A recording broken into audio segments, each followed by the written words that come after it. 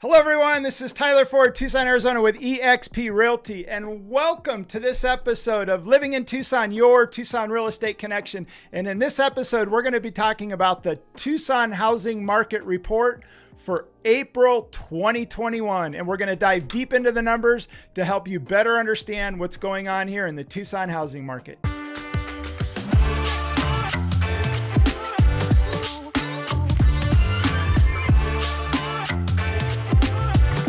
It was another really strong month for the Tucson housing market in April 2021. And the story continues to be lack of inventory, which is driving this market. And pre-COVID, inventory levels were already at all-time lows. So we already had big pressure on home prices prior to COVID and just lack of inventory. Then COVID hit, it put further pressure on more buyers coming to Tucson than sellers, which continued to push down inventory levels. But I'm going to dive deep into the numbers, where we're at, and what you can kind of expect, especially if you're on the buy side.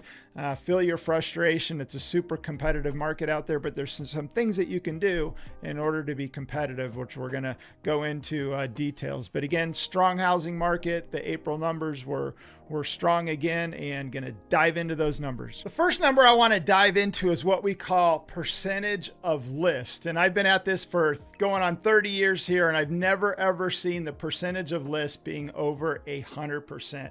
And what that means is when somebody lists a home, it's the percentage they get based on the list price. So for example, somebody lists a home for 100,000 and let's say they get 97,000, that would be 97% of list. And in a normal market, percentage of list is anywhere from 92 to 97%. And in this market that we're at right now, sellers are getting right now 101.4% over list. Could be more, could be less, but on average, the percentage of lists that sellers are getting is 101.4%. For me, that's unheard of. I've never seen over 100% in all the years that I've been in real estate. But the one question you need to be asking yourself, especially if you're on the buy side, if you make an offer and you're competing with multiple offers and the price is getting driven up, the question is, will the property appraise? And if you're getting a mortgage and it doesn't appraise, a couple things can happen. There's three different things can happen. Number one, you can cancel and get out. Number two is you're willing to pay the difference between the purchase price and the appraised price to maintain what is called your loan to value. And then the other option is you can renegotiate with the seller to try to get them down to the appraised value. So just something to think about, especially if you're on the buy side, because you're going to be going into buying and you're going to be spending money on inspections and the appraisal up front typically. And if the seller is not willing to budge, you're going to be out that money. And let's say you spend $300 to $400 in inspection, you got another $300 to $400 on the appraisal. You could be anywhere from $500 to maybe $1,000 into the deal. And if it doesn't appraise, it could fall out of escrow and you've spent all that money with inspections and appraisals and things like that that could be at risk. So just something to think about if you're a buyer, that if you are competing and you're paying above and beyond, just keep in mind whether it's going to appraise or not. And a lot of sellers right now in this market are negotiating the appraisal contingency clause out of the contract, meaning that if it doesn't appraise, you as the buyer would need to come in with the difference. And on the buy side, you want to make sure you put not to exceed a certain amount just to protect you, so it's not something that you just number one need to make sure you have enough money to cover the difference. And it's always nice to put in a cap just so if it's way out of line, you're not going to get hurt as a buyer. So just something to think about. Again, in 30 years, I've never seen the percentage of lists being over 100%. The next number I want to talk about is what we call days on market. And that's when a seller lists the home from the time that they list it until the time that it goes under contract. How many days does that take? And it's not from the time that they list till the time that it actually closes. But the average days on market in Tucson for April 2021 was 15 days. And all of 30 years that I've been working real estate here in Tucson as a licensed agent, I've never, ever seen days on market being this low. So what does that mean if you're a buyer? Well, number one, you got to move quick if you see a home that you like. And number two, if you're buying a home and getting financing with the mortgage, you want to make sure you're pre-approved up front. So when you submit the offer, you've got your pre-qual, and you want to have everything in line so you can be competitive with other buyers out there, and especially those cash buyers. And if you're a cash buyer, you need to show what we call proof of funds, POF. So if you're paying cash, you need to show some type of statement that you've got the ability to pay cash for the home that you're buying. So again, average days on market, 15. It's as low as I've ever seen, and it's a super competitive market out there. The next number I want to talk about is what we call months of inventory. And this number you don't really hear people talking about a whole lot, but months of inventory is if you take the number of active listings and then you take the number of actual homes sold in the previous month and you divide that number, it tells you how much inventory there is on the market. So if no more homes were to hit the market, how long would it take for all the inventory in the MLS to be sold? And months of inventory is 0.6, which is about 18 days of inventory. So again, if no other homes were listed on the market based on supply and demand, in about 18 days, there would be 0 homes listed in the MLS, which is kind of crazy to think about. And again, it's a number that I've not seen that low. Typically in a normal, healthy market, an average supply of months of inventory is right around 2 months, maybe 3 months. So anywhere from 60 to 90 days of inventory available. And right now we're at 0.6, 18 days of inventory out there in Tucson and all of Pima County. So that's all the MLS in Tucson, all of Pima County, 0.6, 18 days of inventory out there. So we're going to dive into what we call average sales price, and that's the average sales price of, we're going to talk about single family homes and then townhomes and condos.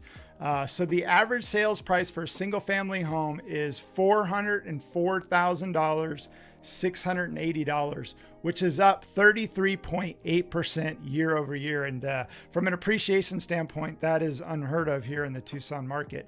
For townhomes and condos, the average sales price is $220,152, which is up 11.7%. So you can get a feel for what the average sales prices are of single family homes and townhomes here in the Tucson market. This next number is one that it's the first thing I like to look at when the report comes out, and that is the amount of inventory listed for sale.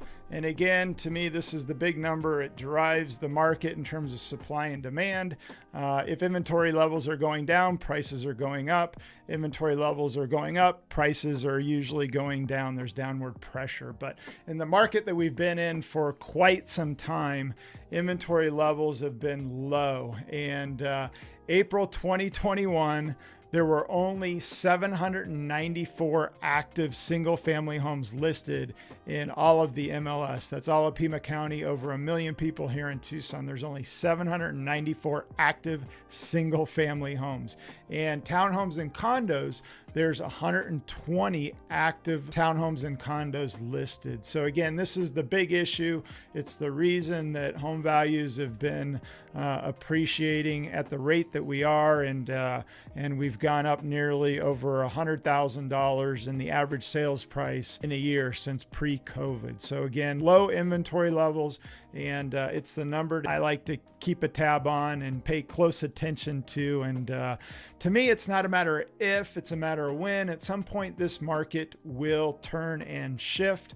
And again, this is the big indicator that I look at to be the leading indicator to see when the market does start to shift. So inventory levels super low, and that's the story that continues to drive the Tucson housing market. If you're a buyer out there, what can you do to be competitive in this market?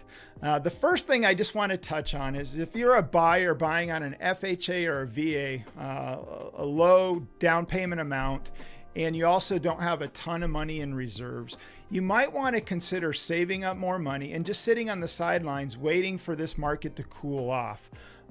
Just because if the market, when and if, to me it's not a matter of if, it's a matter of when, the market will cool off, and we could potentially see, a pullback in this market. And the one thing you don't want to be is a statistic. And, I was in the middle of the last real estate bubble, and it was not fun for a lot of people. And the last thing you want to be is a statistic.